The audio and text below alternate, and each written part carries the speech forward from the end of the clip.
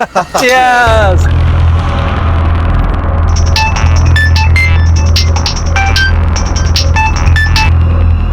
Hello, हाँ आ रहा हूँ। यार ये मेरी बीवी भी ना चैन से पीने नहीं देती। भाई मैं दो चीज़ों से बहुत डरता हूँ, पहली मेरी बीवी और दूसरा कौन? अरे यार दूसरे को मारो गोली, पहले घर पे जाके बीवी को मनाना पड़ेगा।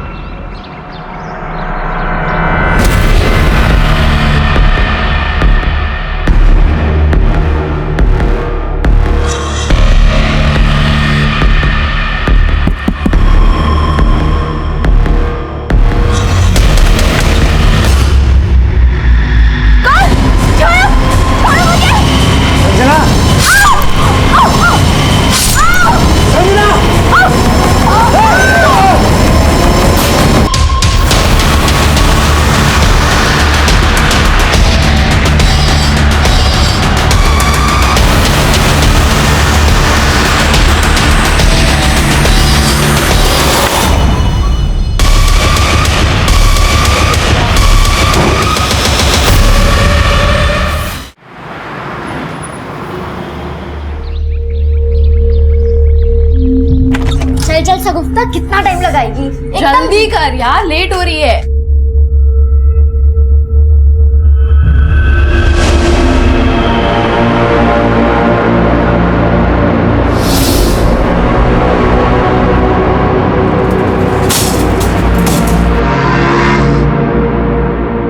कोटला की पिच बैटिंग के लिए डिजाइन की गई है। हाई स्कोरिंग गेम है शगुफ्ता। अरे पागल, तू अभी से क्यों एक्साइटेड हो रही है? पहले स्टेडियम तो पहुंच जाए।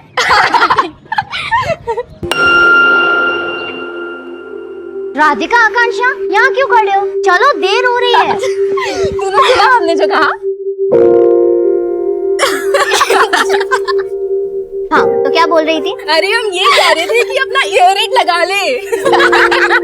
दोनों के साथ तो ना सुनने वाले को भी कान में रुई डालने की जरूरत पड़ती है, इसलिए मैंने अपना ईयररिंग निकाल दिया। देखो इन तितलियों को कैसे कपड़े पहनती है। एक्सक्यूज मी, क्या कहा आपने? कान ना तेरे खराब है, मेरे नहीं। मेरे तो कान खराब है, पर आपकी जबान ही खराब है। एक मिनट। मेरी जबान खराब है, देखो। हाँ, क्या कर रही है तू? अगर हिम्मत है तो ऑन कैमरा बोल के दिखाइए, आखिर दुनिया भी तो देखे आपकी सोच कैसी है। एक सेकंड आंटी, बोलो ना। अरे छोड़, कैमरे पे बोल के जाइए ना। या तो आप सभी के सामने हमें सॉरी बोलेंगे, या ऑन कैमरा बोले कि आपकी सोच कितनी घटिया है। अरे शगुफ्ता, आप जाने दो ना, छोड़ो ना आप। अच्छा, तो आप भी ऐसा सोचते हैं जैसा लीना आंटी? नहीं, ऐसा कुछ नहीं है। मैं क्या कर रही हूँ? सॉरी बोल दो वरना छोड़ेगी नहीं है। मैं और इन लोगों को सॉरी बोलूंगी? क्या पागल हो गए क्या? मतलब आप अग्री करती है अपनी सोच से? हाँ, बताइए ना। हाँ, मैं एग्री करती हूँ, कुछ गलत नहीं कहा मैंने। जब 2 साल की बच्ची का रेप होता है, तब वो भी क्या यही बोलती है, कम एंड रेप मी? 80 साल की बुजुर्ग तक को नहीं छोड़ा जाता है, वो भी क्या यही बोलती है, come and rape me?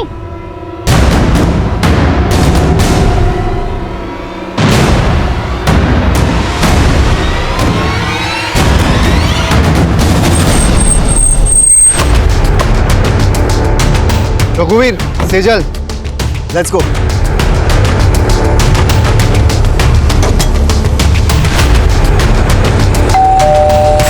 Mummy कहाँ चलेगी? मुझे ही जाना पड़ेगा।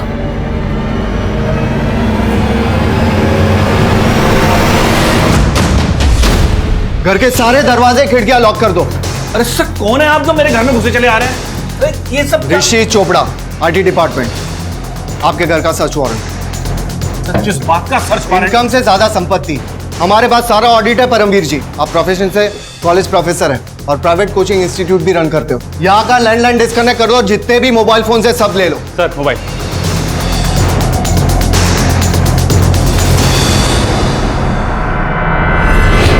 सर आइए बैठ के बात कर लेते हैं, यही मामले को निपटा लेते हैं। जैसा आप कहोगे हम वैसा ही करेंगे। प्लीज आप प्लीज बैठिए। मुझे रिश्वत देने की कोशिश कर रहे हैं आप?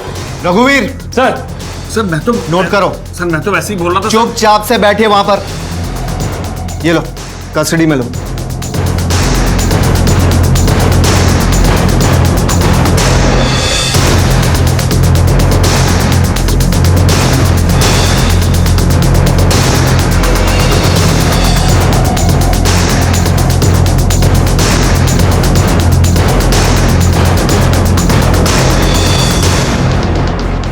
10, 15। रघुवीर, यहाँ के सीसीटीवी का डीवीआर कलेक्ट करो। We need it as a proof कि यहाँ लाखों रुपए के कैश और जेवर मिले। Yes sir.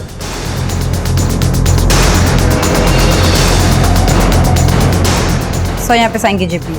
Sir please sign कीजिए। कल सुबह 10 बजे आप मेरे ऑफिस पर रिपोर्ट करेंगे और भागने की कोशिश मत करना, आप पर नजर रखी जा रही है। All of you come.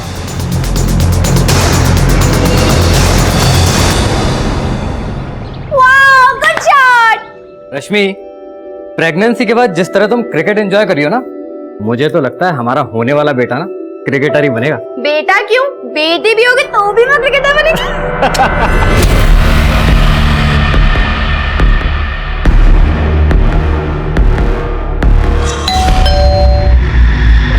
मैं बोलता हूँ।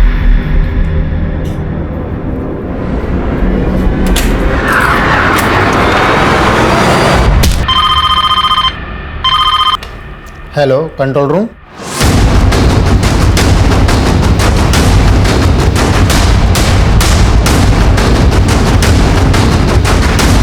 पीछे हटिए, पीछे पीछे पीछे।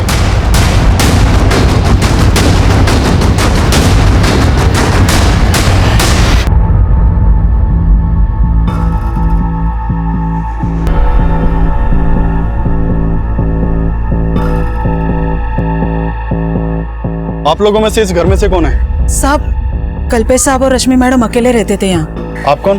मैं यहाँ साफ सफाई का काम करती हूँ। सर, घर की हालत देख लग रहा है कि शायद मर्डर लूट के इरादे से हुआ है। गुप्ता, आते वक्त मैंने बाहर सीसीटीवी देखा था। अंदर डीवीआर चेक करो। सर, इनका नाम शीला है और ये इसी घर में मेड का काम करती हैं। सर, इन्होंने सबसे पहले इन डेड बॉडीज को देखा था। क्या देखा था? साहब, हर रोज सवेरे 8 बजे मैं यहाँ काम पे आती हूँ। आज सवेरे अब काम पे आई, डोरबेल बजा लेकिन किसी ने दरवाजा नहीं खोला। मैडम ने एक चाबी मेरे पास दे के रखी थी। मैंने उस चाबी से दरवाजा खोला और देखा तो नाम क्या है तुम्हारे साहब और मैडम का? कल्पेश ठाकुर और रश्मि मैडम। मैडम की तो अगले महीने डिलीवरी होने वाली थी और अचानक से ये कल्पेश ठाकुर करते क्या थे? बिल्डर थे, पंजाबी बाग में उनका ऑफिस है। अच्छा, इनके किसी रिश्तेदार को जानती हो? नहीं सर, मैं किसी को नहीं जानती। अभी फिलहाल 6 महीने से इनके यहाँ काम कर रही हूँ। सर, सीसीटीवी से डीवीआर गायब है, एक भी रिकॉर्डेड फुटेज नहीं है। मतलब क्रिमिनल्स पूरी प्लानिंग के साथ आए थे और कुछ मिला? नहीं सर, पूरा घर अस्त व्यस्त है। ऐसा लग रहा है जैसे सब कुछ लूट कर ले गए। मैंने अंदर बेडरूम में देखा, बेडरूम के बेड पर जो गद्दा है उसे शायद उसे फाड़ा गया है।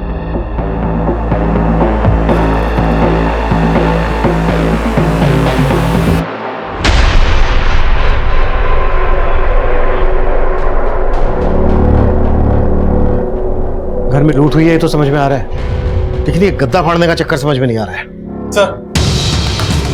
सर, कल्पेश ठाकुर की कंपनी का विजिटिंग कार्ड मिला है। कल्पेश ठाकुर के ऑफिस में बात करो और आस पड़ोस में पता करो, शायद किसी ने कुछ देखा हो। क्रिमिनल्स घर के सीसीटीवी का डीवीआर निकाल कर ले गए हैं। एक काम करो, पड़ोस में और यहाँ आने वाले रास्ते पर अगर कोई सीसीटीवी है उसकी फुटेज चेक करो। सर, यार 2020 मैच तो मिस कर दिया, पर यहाँ भी कुछ कम चौके छक्के नहीं लग रहे हैं। क्या बात है यार, दबा के कमेंट्स आ रहे हैं। क्या लिखा है? This aunty is sick.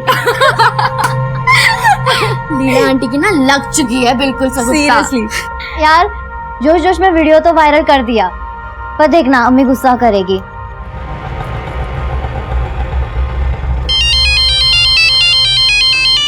Line 200 रुपए। 200 रुपए? भैया केशवपुरम से ना रोज आते जाती हूँ, 80 रुपए से ज्यादा नहीं लगता। अरे मैडम, कहाँ जी रहे हैं 80 रुपए के जमाने में? 200 रुपए बनते हैं, लाइए 200 रुपए दीजिए। ऐसे कैसे दे दूं 200 रुपए? ये पकड़ो 100 रुपए और 20 रुपए वापस करो, वरना पुलिस को बुलवाऊंगी और धोखा देने के चक्कर में अंदर करवा दूंगी। ये लीजिए अपने 20 रुपए। समझ सकता हूँ, हर कोई अपने एरिया में चौड़ा होता है। क्या?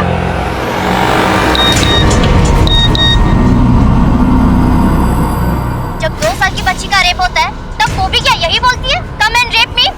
80 साल की बुजुर्ग तक को नहीं छोड़ा जाता है। कहीं मुंह दिखाने लायक छोड़ा नहीं तुमने। यार जरूरत थी ऐसा मोबाइल में बोलने की? ये सब आपकी गलती है, आप ही हो जड़ इस सब की। अच्छा, गलती करो तुम और जड़ मैं।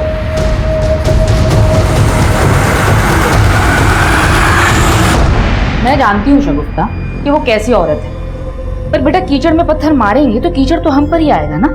पर अम्मी, उन्हें आईना दिखाना भी जरूरी था। वो हमेशा ऐसा करती है और इस बार मुझसे रहा नहीं गया। और ये देखिए अम्मी, सब हमें सपोर्ट कर रहे हैं और उन्हें क्रिटिसाइज। बेटा अभी तो क्रिटिसाइज कर रहे हैं, पर जरूरत पड़ने पर ना कोई हमारे साथ खड़ा नहीं होगा। मैं मानती हूँ कि अपने राइट्स के लिए लड़ना अच्छी बात है, पर बेटा ऐसे किसी का तमाशा नहीं बनाना चाहिए ना। चलो फटाफट डिलीट करो ये वीडियो। पर अम्मी, चलो।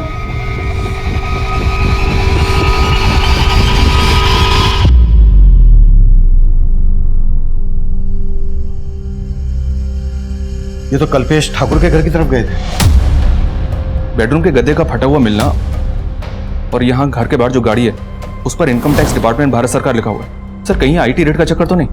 गुप्ता घर में मर्डर्स भी हुए, हमें इस चक्कर को बहुत अच्छे से समझना होगा।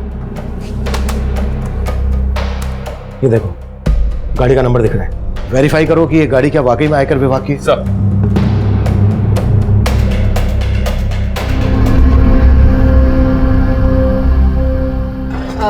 भैया वो चलेंगे? अरे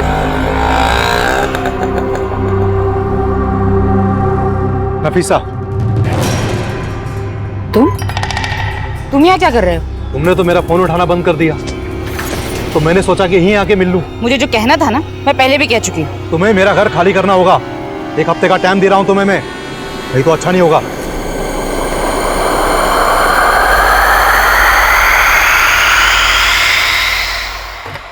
मैं कम है सर?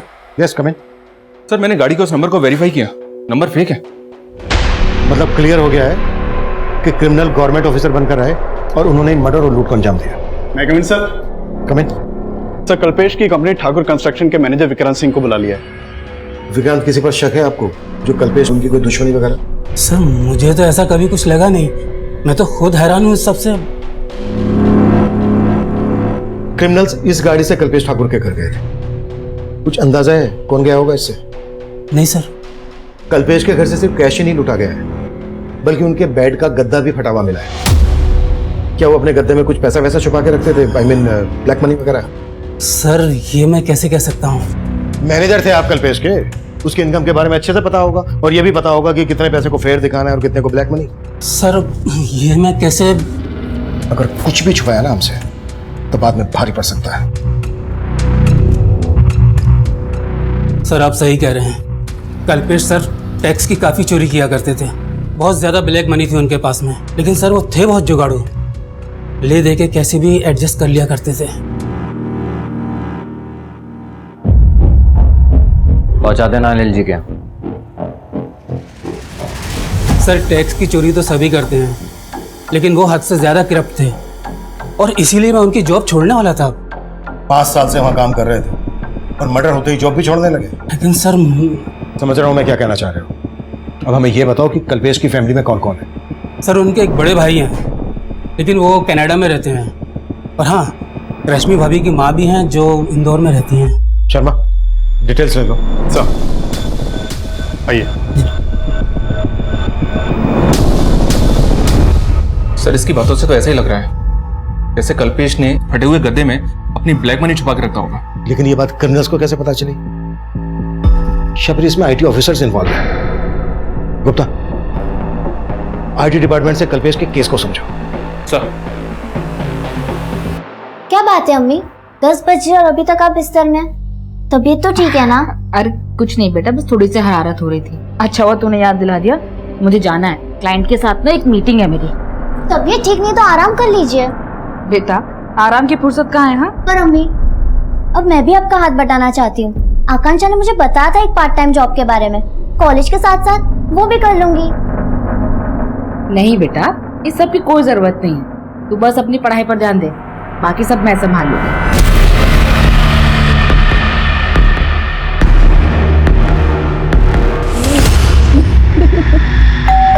मैं देखती हूँ। देखती हूँ मैं।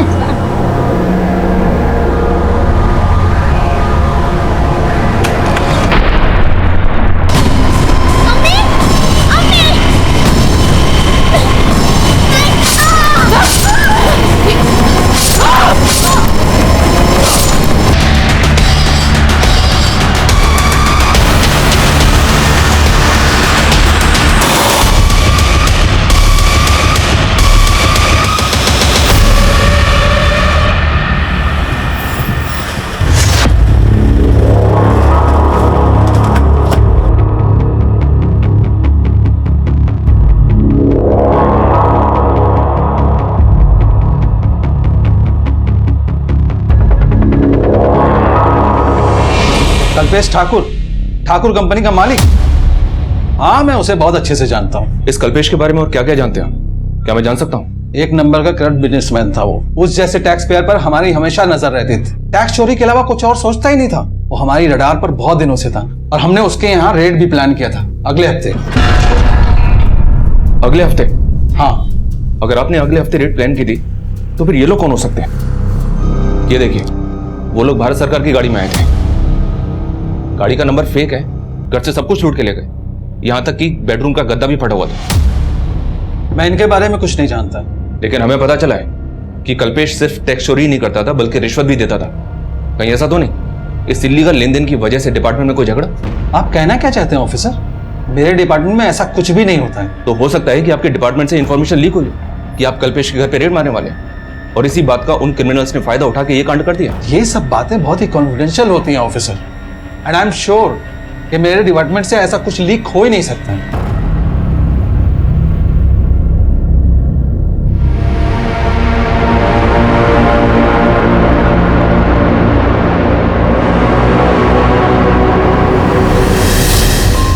सर, पोस्टमार्टम रिपोर्ट के मुताबिक जिस दौरान भारत सरकार के फेक नंबर की वो गाड़ी उनके घर के बाहर देखी गई।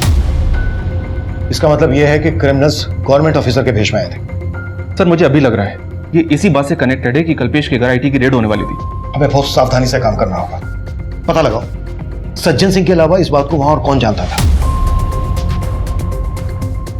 आईटी वाले हैं, उन्हें किसी भी तरह से इस बात की भनक नहीं लगनी चाहिए कि हमने काम को किस तरह से कर रहे हैं और हम इन्वेस्टिगेट किस एंगल में कर रहे हैं। मैं coming sir? Yes coming. Sir, मैंने कल्पेश के घर के बाहर की पिछले कुछ दिनों की एक्टिविटीज चेक की। वारदात से एक दिन पहले वहां के सीसीटीवी में कुछ सस्पिशियस नोटिस किया मैंने। ये वहां का फुटेज है सर।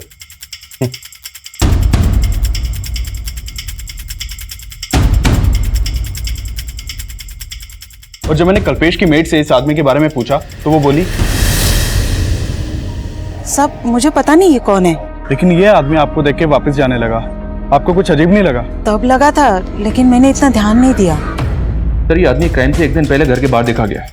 क्या ये वाकई में पॉसिबल है कि ये आदमी उन क्रिमिनल से कनेक्टेड होगा? अब तक हम इस केस को सिर्फ आईटी से कनेक्ट कर रहे हैं।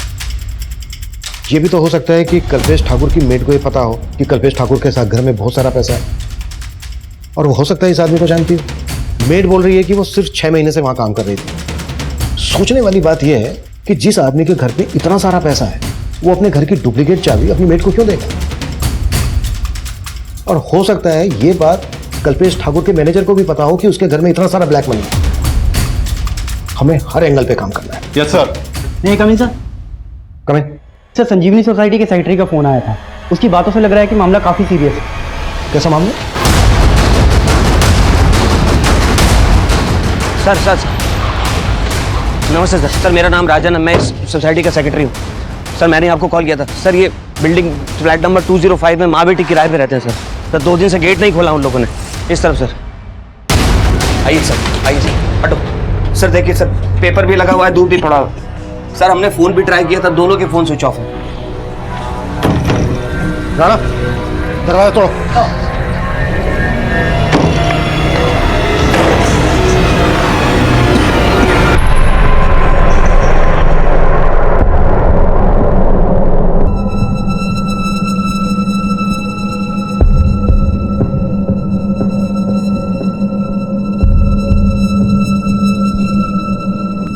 गुप्ता सर, बहुत ही ब्रूटल मर्डर है। ऐसा लग रहा है किसी ने गहरी दुश्मनी निकाली है इनसे। सर, मैं लूट के भी सहने सर। भी बता रहा था कि ये दोनों माँ बेटी यहाँ रेंट पर रहती थी।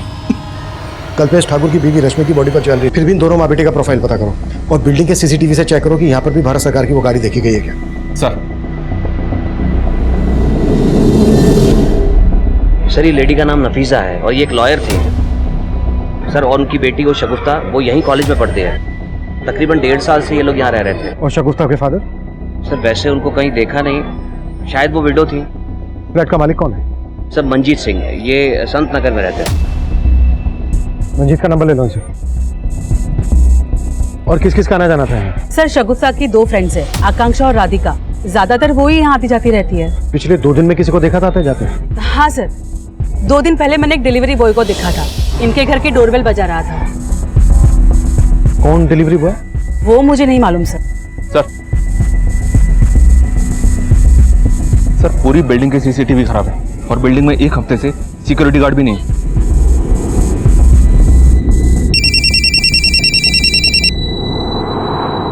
हेलो, मंजीत सिंह। जी हाँ, आप कौन?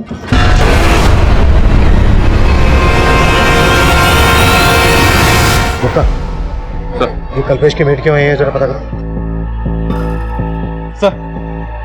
सर नफीसा शगुफ्ता जिस फ्लैट में रहती थी उसके मकान मालिक मंजीत सिंह से मेरी बात हुई। ठीक है, उसको थाने बुला लो और उसकी नेबर शगुफ्ता की फ्रेंड्स के बारे में बता रही थी कि उनका भी आना जाना था, उनके बारे में पता करो।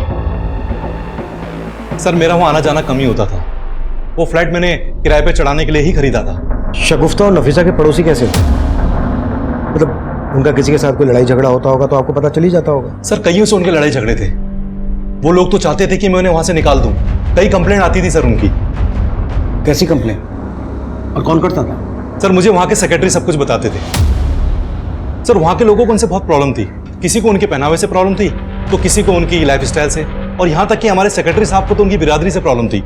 वो उनके सामने वाले फ्लैट में ही रहते हैं।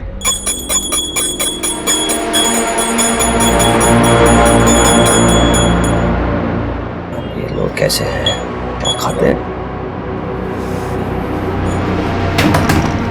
जानू बना रखी जगह।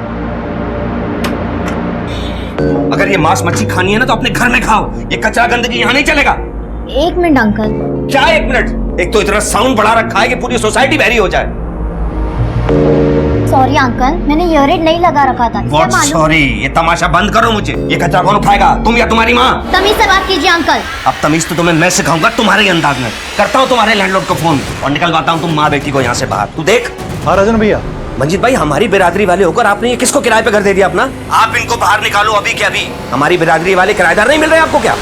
सर ये आए दिन की टेंशन थी, पर मैं उन्हें ऐसे कैसे निकाल सकता था? सर मैं तो इन सब बातों को मानता भी नहीं हूँ। साहब, मैं उस बिल्डिंग में और आसपास के बिल्डिंग में कई फ्लैट्स में काम करती हूँ। शगुफ्ता और नफीसा के यहाँ भी काम करती हो? नहीं साहब, मैं उनको जानती तक नहीं। तो उनकी बिल्डिंग में किसके यहाँ काम करती हो? मैं लीना मैडम के यहाँ काम करती हूँ, जो तीसरे माले पे रहती है। और ये तो तुम्हें पता ही होगा ना कि तुम्हारे कल्पेश सेठ के घर में कितना पैसा था। कहीं इस बारे में उन क्रिमिनल्स को तुमने तो नहीं बताया था? नहीं साहब, मैं पहले ही बता चुकी है। आप मुझ पे बेकार में शक कर रहे हैं।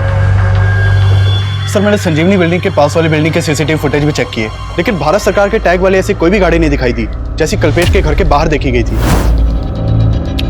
और शगुफ्ता की माँ नफीसा भी एक मामूली लॉयर थी, किराए के फ्लैट में रहती थी, उसकी ज्यादा इनकम भी नहीं थी। सर माना दोनों केस सेम एरिया के हैं। कल्पेश की मेड दोनों केसेस में कॉमन है। लेकिन सर मेड के खिलाफ तो फिलहाल कुछ नहीं मिला, और न ही कल्पेश के मैनेजर विक्रांत के खिलाफ। आईटी डिपार्टमेंट से कोई इन्फॉर्मेशन? तो हमारे इन्फॉर्मर वहां भी लगे हुए हैं।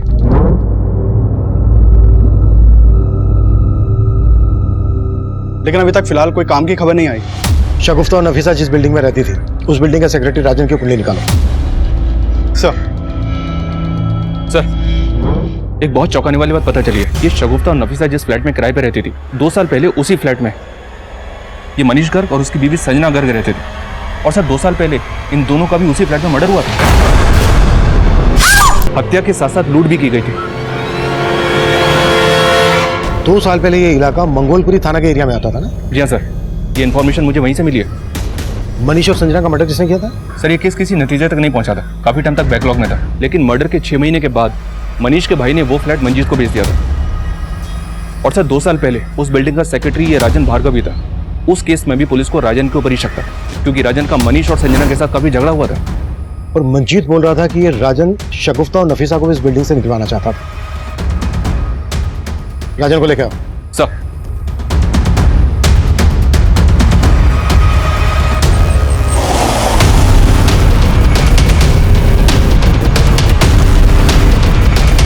तो तू चाहता ही नहीं था कि कोई तेरे पड़ोस में रहे। शगुफ्ता और उसकी माँ की बिरादरी से प्रॉब्लम थी तुझे, पर मनीष और उसकी पत्नी संजना को क्यों मारा? सर मैंने कुछ भी नहीं किया सर, और उस केस से तो मुझे पहले ही भरी किया जा चुका है। लेकिन हम पूरी तरह से अच्छे से तेरी आरती उतारेंगे। क्या क्या कांड किया तूने? सर मैंने कुछ नहीं किया सर, मैं सच बोल रहा हूँ। सब कुछ बहुत ही प्लानिंग के साथ किया तूने। पहले सिक्योरिटी गार्ड को निकाल, जानबूझकर बिल्डिंग के सीसीटीवी नहीं करवाए ताकि ये कांड कर सके, है ना? आप गलत सोच रहे सर सीसीटीवी फंड की वजह से नहीं हो पाया। आप चाहे तो सोसाइटी का अकाउंट चेक कर सकते हैं। ये सब गणित तो इसलिए जोड़ रहा था ताकि बाद में सफाई में पेश कर सके। नहीं सर, आप गलत शक कर रहे हैं मुझ पर। सर आप लीना और उसके पति को देखिए, सर मुझसे ज्यादा प्रॉब्लम तो उन दोनों को थी। और उस दिन सर आपसे वो कह रही थी कि उसने डिलीवरी बॉय को देखा। सर मैं पड़ोस में रहता हूँ, मैंने नहीं देखा, उसने देख लिया। सर वो साफ झूठ बोल रही। लीना क्यों झूठ बोलेगी? क्योंकि सर शगुफ्ता और उसकी फ्रेंड्स ने उसका वीडियो वायरल कर दिया था। कैसा वीडियो? जब 2 साल की बच्ची का रेप होता है तब वो भी क्या यही बोलती है, कम एंड रेप मी? 80 साल की बुजुर्ग तक को नहीं छोड़ा जाता है। ये वीडियो सोशल मीडिया पे काफी टाइम से वायरल है और लीना के अगेंस्ट काफी कमेंट्स भी किए गए थे। सर ये लीना वही औरत है जिसके घर में वही मेड काम करती है जो कल्पेश के घर पे करती थी।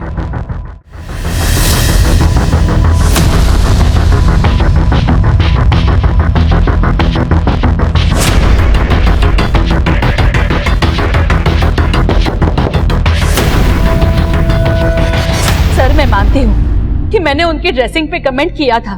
तुमने क्या कमेंट किया था ये बहुतों ने देखा उस वायरल वीडियो में, और उसके बाद सोसाइटी में तुम्हारी क्या इज्जत रह गई थी ये मालूम है हमें। इसी बात का बदला लिया ना तुमने उनसे? नहीं सर, मुझे अपनी गलती का एहसास था। मैं तो शगुफ्ता और उसके दोस्तों से माफी तक मांगने गई थी। सर उन्होंने माफी तो जरूर मांगी थी, लेकिन वो सब दिखावा था। वो चाहती थी कि हम उनका फिर से वीडियो बनाएं और लोगों को बताएं कि वो बदल चुकी है। शगुफ्ता उस दिन के लिए मैं बहुत शर्मिंदा हूँ। तुमने मेरे साथ जो किया वो एकदम सही किया, लेकिन अब मेरी आंखें खुल चुकी है। तुम सबकी वजह से मेरे में ये चेंज आया है। क्या सोच रही हो तुम? क्या तुम्हें अब भी मेरी बात झूठी लग रही है? नहीं आंटी, इट्स फाइन कि आपको आपकी गलती का एहसास हुआ। पर ये तुम्हें दुनिया को भी बताना चाहिए ना। अब तुम मेरा वीडियो नहीं बनाओगी? नो आंटी, क्योंकि मैं जानती हूँ हाथी के दांत खाने के और दिखाने के अलग होते हैं। सर प्रॉब्लम सिर्फ लीना आंटी में नहीं थी, उनके हस्बैंड भी कोई कम नहीं है। लीना के हस्बैंड ने क्या किया था? सर वो बेवजह शगुफ्ता में इंटरेस्ट दिखा रहा था। वो परेशान हो चुकी थी पर कुछ बोल नहीं पा रही थी। यार इतने अच्छे हाय शगुफ्ता। शगुफ्ता कैसा चल रहा तुम्हारा कॉलेज? अच्छा चल रहा है uncle. Don't call me uncle. अरे माना कि मैं शादीशुदा हूँ, लेकिन तुमसे इतना बड़ा भी नहीं कि तुम मुझे अंकल बोलो। ठीक है, नहीं बोलूंगी। Okay take care. ये तेरे में कुछ ज्यादा इंटरेस्ट नहीं दिखा रहा है। पर तेरा क्या इरादा है? सर उनको गलतफहमी थी कि शगुफ्ता और उनके हस्बैंड के बीच में कुछ चल रहा है। सर उनको ऐसा लगता था कि हम उनके हस्बैंड पे लाइन मारते हैं, बट ऐसा कुछ भी नहीं था सर।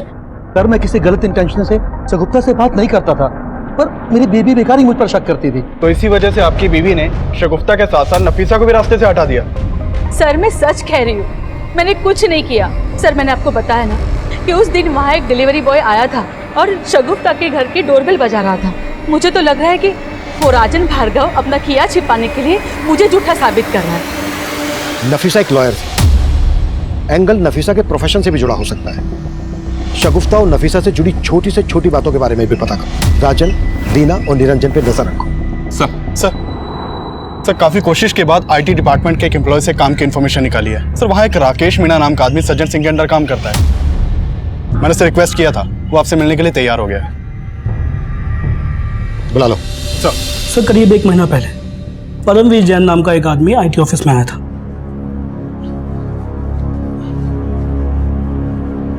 एक्सक्यूज मी सर, ऋषि चोपड़ा जी से मिलना था। 10 बजे का टाइम दिया था मिलने के लिए। Rishi Chopra IT department. Excuse sir, क्या हुआ? सर वो आईटी इंस्पेक्टर ऋषि चोपड़ा जी ने सम्मन दिया था और कहा था कि कल 10 बजे ऑफिस में आकर मिले। ऋषि चोपड़ा? जी सर। मगर इस नाम का कोई ऑफिसर यहाँ काम नहीं करता। सर उनके अंडर में रघुवीर सिंह, सेजल गुप्ता और अतुल शर्मा थे। वो कल मेरे घर आए थे। मगर इन नामों के कोई ऑफिसर हमारे यहाँ काम नहीं करते। क्या? सॉरी सर, मुझे लगता है कि मुझे कुछ गलतफहमी हो गई है, मैं चलता हूँ। रुको 1 मिनट, तुम्हें सम्मन मिला था, इसका मतलब कल तुम्हारे रेड हुई थी? नहीं सर, हमारे घर कोई रेड नहीं हुई सर। नाम क्या है तुम्हारा, कहाँ रहते हो? सर मैंने बोला ना कि मुझे गलतफहमी हुई है, बस मैं चलता हूँ। मेरी बात सुनो सर, सुनो। फिर वो वहां से चंपत हो गया। मुझे शक हुआ तो मैंने ये बात सज्जन सर से की। फिर हमने ऑफिस का सीसीटीवी चेक किया और उसकी प्रोफाइल निकाली। तब हमें ये मालूम हुआ ये वही परमवीर जैन है जिसके हम लोग रेड मारने वाले थे। फिर आप लोगों ने क्या एक्शन लिया? सर हमारी टीम ने उसके घर पे रेड डाली, मगर वहां हमें कुछ मिला ही नहीं। लेकिन तब भी हमें एक बात समझ में नहीं आई कि ये ऋषि चोपड़ा, अतुल शर्मा और रघुवीर सिंह और सेजल गुप्ता की बात कर रहा था। आप हमें परमवीर जैन का नंबर और एड्रेस दे सकते हैं? Sure sir. Thank you. मैं कम इन सर? यस कम इन। सर मैंने नफीसा और शगुफ्ता के कॉल रिकॉर्ड चेक किए। शगुफ्ता को आखिरी कॉल एक विल कोरियर कंपनी की तरफ से आया था। दरअसल शगुफ्ता ने अपने लिए एयर एड ऑर्डर किया हुआ था और ये डिलीवरी उसी दिन होने वाली थी जिस दिन उन दोनों का मर्डर हुआ था। सर मैंने डिलीवरी बॉय को यहाँ बुलवा लिया है। गुड। और सर नफीसा के कॉल रिकॉर्ड से ये सामने आया कि नफीसा के अपने मकान मालिक मंजीत सिंह के साथ लगभग रोजाना बातचीत होती थी। अफेयर का एंगल? सर हो सकता है। ठीक है, इस मंजीत के बारे में सब कुछ पता करो। सर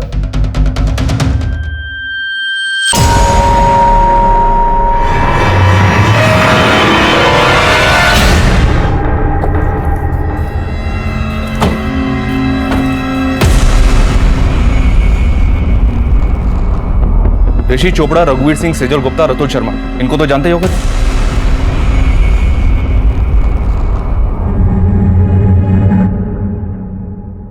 नहीं सर, मैंने नहीं जानता। अच्छा, अगर नहीं जानते तो फिर इन लोगों ने तुम्हें 17 मार्च को आईटी डिपार्टमेंट में आने का समन क्यों दिया था? सर लगता है आपको कोई गलतफहमी हुई है। धर्मवीर, हम एक मर्डर केस इन्वेस्टिगेट कर रहे हैं। अगर कुछ भी जानते हो तो बता दो हमें, नहीं तो बुरे फंस सकते हो तुम, समझे? सर दरअसल वो 16 मार्च को हमारे घर आए थे और कह रहे थे कि वो आईटी डिपार्टमेंट से हैं। और फिर उन लोगों ने यहाँ रेड की? हाँ सर, और अगले दिन जब मैं आईटी डिपार्टमेंट गया तो पता चला कि उन लोगों का इस डिपार्टमेंट से कोई लेना देना ही नहीं है। सर वो लोग बेवकूफ बनाकर हमारे घर से सब सामान लूट कर ले गए और यहाँ तक कि सीसीटीवी कैमरे के डीआरएस भी निकाल कर ले गए। और तुमने पुलिस को इन्फॉर्म तक नहीं किया, इसलिए ना क्योंकि तुम जानते थे कि वो लोग तुम्हारी ब्लैक मनी लूट कर ले गए? जी सर, लेकिन सर उसके बाद मैंने कसम खाई कि कभी भी टैक्सी चोरी नहीं करूंगा। वो चारों दिखते कैसे थे? सर 4 नहीं, वो 5 थे। 5? जी सर, एक बार गाड़ी के पास खड़ा था। गाड़ी पे क्या लिखा था? आरएसआर का? जी सर। उन सबके स्केच बनवा सकते हो तुम? सर बात तो बहुत पुरानी है लेकिन उनके चेहरे नहीं भूल सकता मैं। हाँ सर, उस दिन मैं वहाँ सगुप्ता जैदी के यहाँ एक पार्सल डिलीवर करने गया था। सर मैं काफी देर तक डोरबेल बजाता रहा लेकिन किसी ने दरवाजा खोला नहीं सर। तुम वहाँ 28 अप्रैल को गए थे, टाइम याद है तुम्हें? साहब करीब सुबह के 11 बज रहे होंगे सर। पोस्टमार्टम रिपोर्ट के मुताबिक 28 अप्रैल को करीबन इसी समय शगुफ्ता और उसकी मां का मर्डर हुआ था। कहीं तुम कुछ छुपा तो नहीं रहे हो? नहीं सर, मैं कुछ नहीं छिपा रहा सर।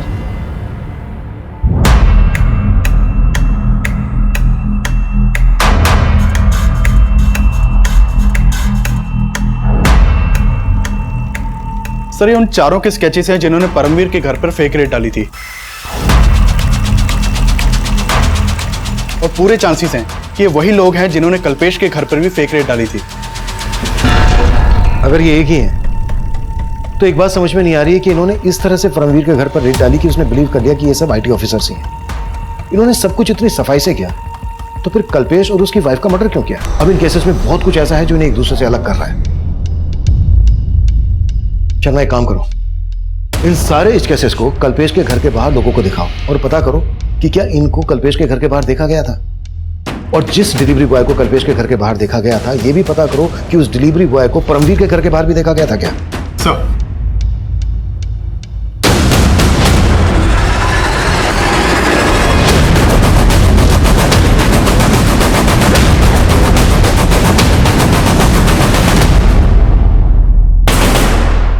आपका अंदाजा सही था। परमवीर के घर जिस दिन फेक रेड हुई उसके एक दिन पहले ये आदमी परमवीर के घर नजर आया था और इस बार ये आदमी पोस्टमैन के कपड़ों में है। हाँ सर, लेकिन परमवीर का कहना है कि उसे ध्यान नहीं कि उसने इस आदमी को देखा था या नहीं, लेकिन कल्पेश की मेड ने आइडेंटिफाई किया है कि उसने इसी डिलीवरी बॉय को कल्पेश और रश्मि के मर्डर के एक दिन पहले उनके घर के बाहर देखा था। मतलब ये आदमी अपने गैंग के लिए रेड से पहले रेकी करता था। बाकी के उन 5 के बारे में कुछ पता चला? नहीं सर, उनका कहीं कोई क्रिमिनल रिकॉर्ड नहीं मिला। शगुफ्ता और नफीसा के घर के बाहर जो डिलीवरी बॉय देखा गया चेक करो, उस डिलीवरी बॉय का इस सबसे कोई कनेक्शन है क्या? सर मैंने नफीसा के 6 महीने पुराने बैंक स्टेटमेंट चेक किए तो नोटिस किया कि ये मंजीत नफीसा के बैंक अकाउंट में 6 महीने पहले तक हर महीने 25,000 रुपए ट्रांसफर करता था। What? ये मंजीत तो शगुफ्ता और नफीसा का मकान मालिक था ना, उल्टा ये उनके अकाउंट में पैसे ट्रांसफर करता था। जी हाँ सर, एक बात और कि नफीसा और शगुफ्ता पहले सलीमपुर में रहती थी, वहाँ उनका पुश्ता नहीं करता और इस मंजीत को वहाँ भी आना जाना था। मैंने किसी को नहीं मारा साहब, मैंने किसी को नहीं मारा, मेरा भरोसा कीजिए सर। भरोसा तो तूने तोड़ा नफीसा का, तो उसका पति था, जबकि सोसाइटी को मालूम था कि तो उसका मकान मालिक है। अब खुद उगलेगा या फिर हम हमारे तरीके से उगलवाएं? बताता हूँ सर, मैं सब सच बताता हूँ। नफीसा का पहला पति गुजर गया था और शगुफ्ता उसके पहले पति की ही बेटी थी। मैं पहली बार एक प्रॉपर्टी के केस के सिलसिले में उससे मिला था। तब सर मैं उसका क्लाइंट था, उसकी वजह से मैं वो केस जीत गया और सर फिर हमारी अच्छी दोस्ती हो गई। शगुफ्ता भी मुझे अच्छा मानने लगी थी। नफीसा मुझसे सच्चा प्यार करने लगी थी और वो मुझसे शादी करना चाहती थी। हम दोनों ने शादी भी कर ली, लेकिन मैं पहले से ही शादीशुदा था। ये बात उसको नहीं पता थी और जैसे ये बात उसको पता चली उसने हंगामा खड़ा कर दिया। तुमने तो कहा था कि तुम्हारी वाइफ मर चुकी है। तुमने मुझे इतना बड़ा धोखा दिया मंजीत। नफीसा, मैं तुम्हें खोना नहीं चाहता था और मैं शादीशुदा हुआ तो क्या हुआ?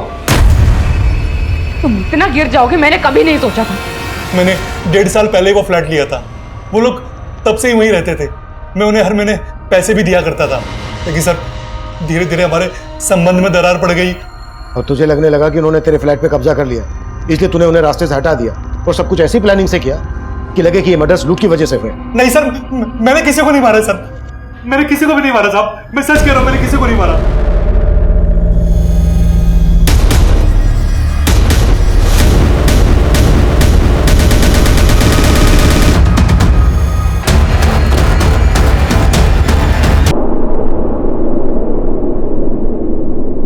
ये तो वही आदमी लग रहा है जो उस दिन परमवीर और कल्पेश के घर के बाहर देखा गया था।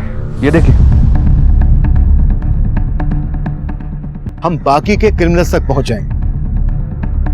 इस लाश की फोटो और बाकी के 4 क्रिमिनल्स के स्केचेस हमने दिल्ली के सभी थानों में सर्कुलेट किए, लेकिन कोई सफलता हमारे हाथ नहीं लगी।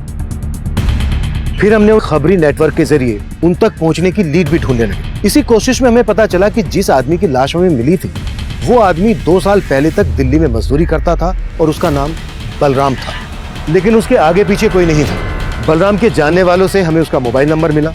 उसके कॉल रिकॉर्ड से इस केस में हमें एक अहम लीड मिली, लेकिन हमारी ये कोशिश भी अधूरी साबित होने वाली थी। बलराम के जानने वालों से हमें उसका मोबाइल नंबर मिला। उसके कॉल रिकॉर्ड से इस केस में हमें एक अहम lead milli.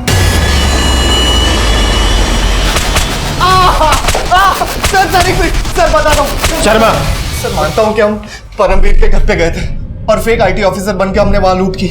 Rishi Chopra, IT department. लेकिन सर हमने नफीसा और शगुफ्ता को नहीं मारा सर। और कल्पेश और उसकी बीबी रश्मि? सर उस दिन हम कल्पेश के घर पे फेक रेड डालने ही गए थे, लेकिन हमें नहीं मालूम था कि कल्पेश डेढ़ चाणा निकलेगा। आईटी ऑफिसर ऋषि चोपड़ा, आपके घर का सर्च वारंट। सारे दरवाजे खिड़कियां बंद कर। अरे आप अंदर क्यों घुस रहे हैं? पूरा घर छान मारो। ऐसे कैसे घुस गए घर के अंदर? और कौन सा वारंट है? तुम सब लोगों को अच्छी तरह जानता हूं मैं। अभी पुलिस को फोन करता हूं। हमें उन्हें मारने का इरादा बिल्कुल नहीं था, लेकिन वो अगर आपको फोन कर देता तो हमारी सालों की मेहनत चौपट हो जाती। सालों की मेहनत मतलब? परमवीर और कल्पेश की तरह हमने कई ब्लैक मनी रखने वालों के घर पे रेड मारी और जब उन्हें हमारी सच्चाई के बारे में पता चलता तो आईटी वालों के डर से वो पुलिस में कंप्लेंट भी नहीं फाइल कर पाते थे। किस किस के पास ब्लैक मनी है ये तुम्हें पता कैसे चलता था? 2 साल पहले मनीष नाम के एक आदमी से हमारी बार में दोस्ती हुई थी। फिर आए दिन हम साथ साथ पीने लगे। एक दिन बातों ही बातों में उसने हमें बोला, भाई मैं 2 चीज़ों से बहुत डरता हूँ। पहली मेरी बीवी और दूसरा कौन है जिससे तेरे जैसा शेर डरता है? भाई जिसकी गठरी में चोर होता है ना वो आईटी वालों से जरूर डरता है। उसके ऐसा बोलने पर हमने भाप लिया कि जरूर उसके पास ब्लैक मनी होगी और हमने दूसरे दिन ही उसके घर पे धावा बोल दिया। केस में हमें कोई नहीं पकड़ पाया था सर। हमें लगा उस तरह से तो जो लोग ब्लैक मनी रखते हैं उनको हम इजीली टारगेट बना सकते हैं। और बलराम तो तुम्हारा साथी था, उसको क्यों मारा? बलराम हमारे लिए टारगेट की रैकी करता था और ब्लैक मनी रखने वालों की इंफॉर्मेशन भी निकालता था। हमें लगा कि हमें से एक बलराम ही है जिस तक आप आसानी से पहुंच सकते हैं, तो सर हम फंस ना जाए उस चक्कर में उसे मार दिया। सर मैं सच कह रहा हूँ सर, हमने किसी शगुफ्ता और नफीसा को नहीं मारा सर। तेरे बाकी के साथी कौन से बिल में छुप कर बैठे हैं?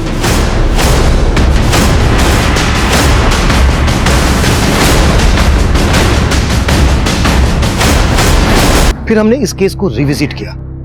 शगुफ्ता और नफीसा से जुड़ी छोटी से छोटी पुरानी से पुरानी बातों के बारे में पता करना शुरू किया और हमें एक लीड मिली। सर करीब 2 महीने पहले मैं और शगुफ्ता मार्केट जा रहे थे, तब अचानक से 2 आदमी हमारे सामने आ गए। ये क्या तरीका है? अभी तक तुम्हारी अम्मी ने हमारे पैसे नहीं दिए। राजू भैया, आपने अपना काम पूरा किया होता तो पैसे देते ना। मुझे पूरे पैसे चाहिए, बोल देना अपनी अम्मी को, वरना अच्छा नहीं होगा, समझी?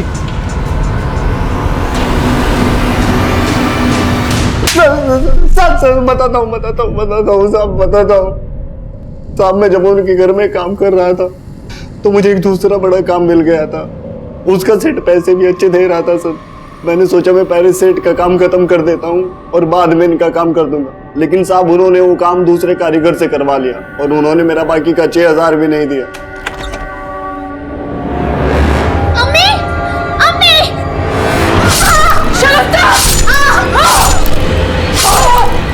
सिर्फ 6,000 रुपए के लिए तूने उनको मार डाला। कुत्ता साले! मनीष, कल्पेश, परमवीर ये विक्टिम तो जरूर थे, लेकिन कानून की नजर में गुनहगार भी थे। शगुफ्ता और नफीसा को बहुत पहले से ही ये दस्तक मिल रही थी कि उनके साथ सब कुछ ठीक नहीं हो रहा है। मंजीत ने नफीसा से शादी की थी, लेकिन ये बात सोसाइटी में किसी को मालूम नहीं थी। राजन की धमकी, लीना और निरंजन के झगड़े, हर मोड़ पर उन्हें दस्तक मिल रही थी कि वो कभी भी किसी भी तरह के अपराध में तब्दील हो सकती थी। इस केस में हम भी आखिर तक ये सोच नहीं पाए थे कि मात्र 6,000 रुपए के लिए नफीसा और शगुफ्ता को मार दिया गया, कि वाकई में चौंका देने वाला था।